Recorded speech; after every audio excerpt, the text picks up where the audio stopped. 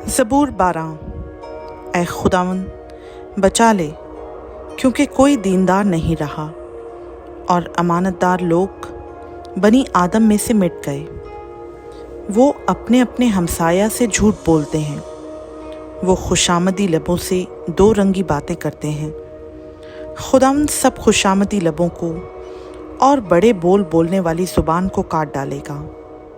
वो कहते हैं, हम अपनी ज़ुबान से जीतेंगे, हमारे होंठ हमारे ही हैं, हमारा मालिक कौन है।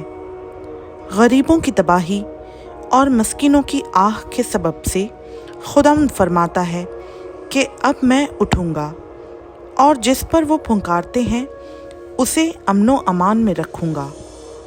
खुदावंद का कलाम पाक है, उस चांदी की मानंद जो भट्टी में मिट्टी पर ताई गई और 7 बार साफ की गई हो।